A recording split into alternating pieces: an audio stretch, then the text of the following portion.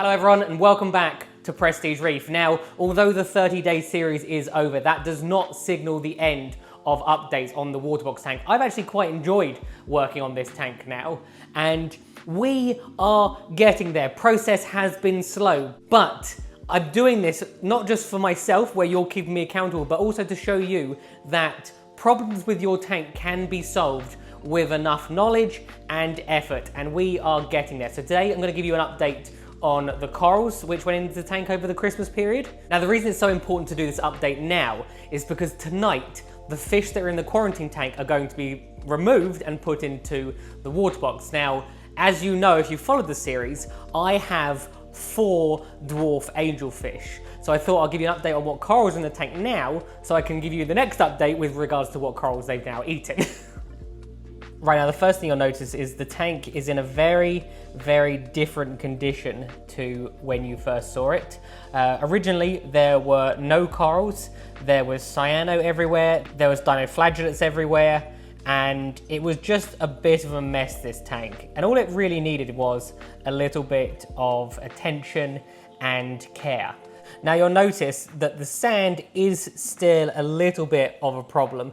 It is getting better gradually. However, this is a long, drawn-out process. Some people take months. It can take up to like 6 months to get rid of dinoflagellates, but I'm doing what I can to battle it. I've just come to the realization now that it is not going to be an easy fix. So now we've got the biggest negative, which is the sand has still got some of the brown stuff on it. I'm not sure why, it always looks so much worse on the camera than it is to the eye. And if it got slightly better than this, I would be okay with it. But as I said, on the camera, it looks like it's almost completely covered, but by eye, it's nothing, it's nowhere near as bad as this. Now, we should probably start with the corals. The first thing you'll notice is that this rock structure has a lot more corals on it than this one over here.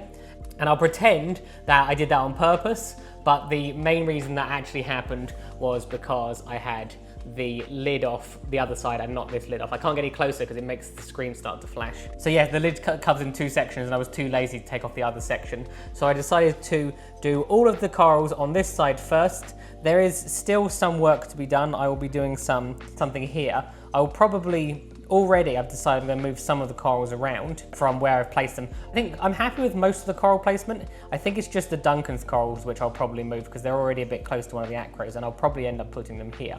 Now, my absolute favorite part of the tank is this hammer and frog spawn and frammer garden. You can see I've gone for a whole range of different colors, everything from some of the more like tealy blue ones. This is more gold, but this tank has very white light. The golds don't really stand out as much, and I've got some of just the more common green ones. There's a variety of branching and also walling types. So these 2 in the middle.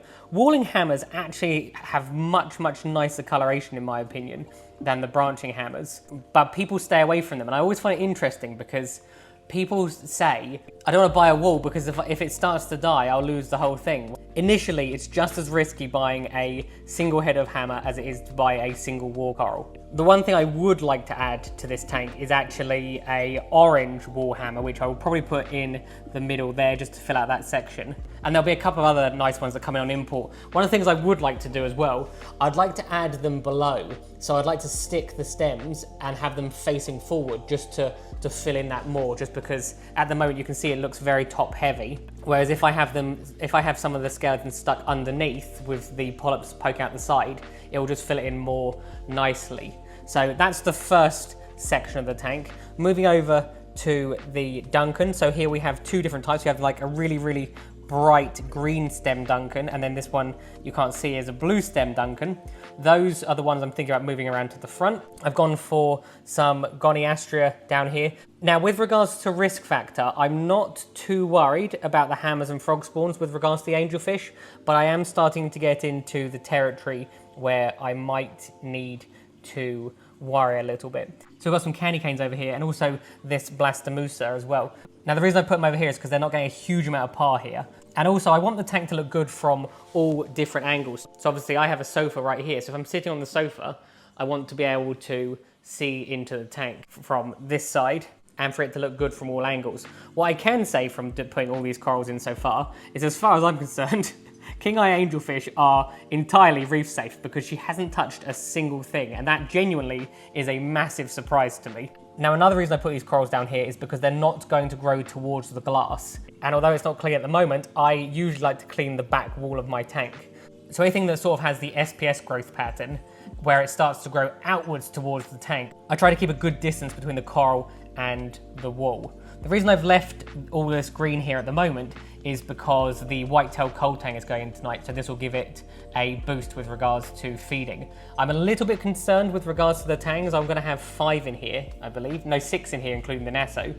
Now, at first, they'll have access to Nori virtually 24/7, but I want the whitetail to have the ability to go and graze normally as well. You can see here, this is where the dunkers are getting too close to this green acro already. With regards to the acros, I feel like I've spaced them out enough so that they have plenty of area to grow. It's possible I could put one more on this rock here somewhere, but that will be enough for me. That's plenty of space for them to grow into sort of small to medium-sized colonies where it will look a bit more natural than just seeing like 50 frag plugs on that small rock all trying to compete for space. Now, all of these acros have done well since they've gone in. However, there are 3 which were the first 3 to go in, and for some reason they haven't done well. That, I believe, is the strawberry shortcake. And then these 2 brown pieces as well are also really, really nicely coloured acros normally, but not at the moment. I've gone for a Montipora rock here. This is all different types of Montipora paloensis. You can see I have, I believe, it's Crazy T, Dragon Rider, and I think the one on there on the very left is Witch Hunter. The reason I put them on that rock is because that rock is really, really easy to remove. It's not secured down, and I can take it and frag the corals as and when I need to, so that it's not going to start encrusting on all over the place, which can be a problem with Monties. Down here I have a little Alveopora section. So I've got sort of a pink one with green. This looks much more vibrant under blue lights. And then I've got this green one, which is much, much more pale in this tank. And that's because it's getting a lot more par than it was before. And then also the nutrients are a little bit lower. And the biggest surprise for me, and you'll remember these from, I've had them for ages and ages now, the Trachyphilias are still not being touched by the King Eye at the moment. Now, you'll have seen these trackies previously because they were in the tank in my previous video, and they were the only 2 corals which survived when I lost all the Acropora. And they were also the corals that I'm most concerned with regards to the King Eye eating. Now, still, even after putting them back in, he is still good as gold, so hasn't touched them. However, these are the corals I'm most worried about when I put the 4 dwarf angels in. I think the flame will probably be okay. The fireball, possibly not. The multi-bar, almost definitely not.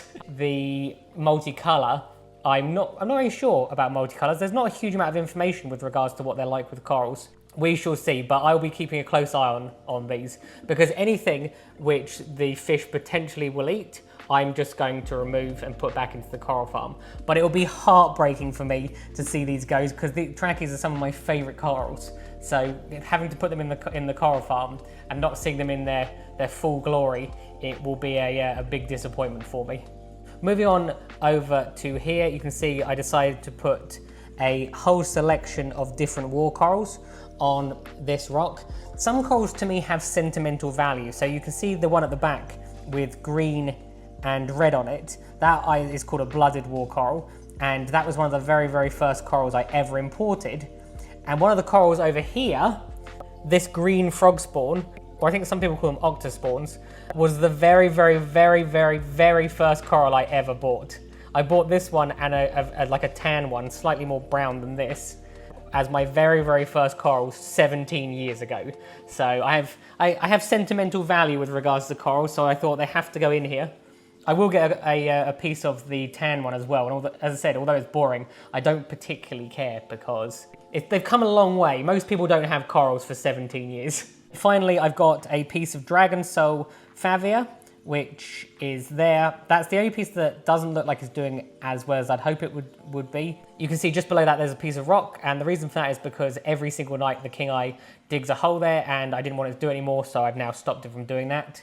And the final pieces to let you know about are this Firecracker Bernardipora, which needs plenty of space, and that will look amazing when it covers that. But again, that rock can be moved.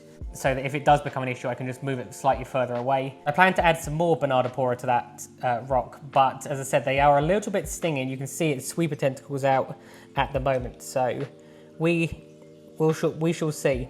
There's a couple of corals which haven't been placed yet. This is a Sunfire grafted Montipora, which you can see is half buried, and then this is a bright green toadstool coral. Now I just haven't found anywhere I want to put them yet, so I'm going to, so I thought I'd just leave them on the sand, and if I don't eventually find somewhere I want them, I will just put them back in the farm.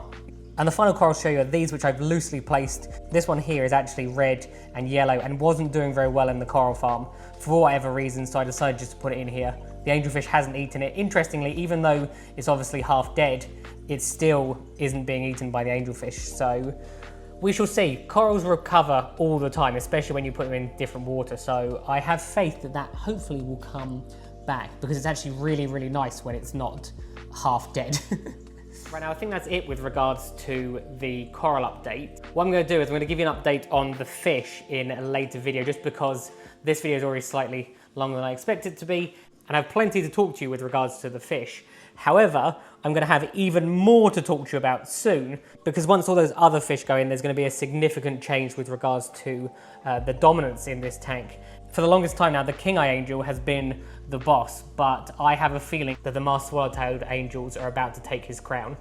Right, that's it for today, guys. I hope you enjoyed watching my video. Please feel free to comment below if you have any questions. If you did enjoy it, why not click that like and subscribe button. Have a good week, and I'll see you next time.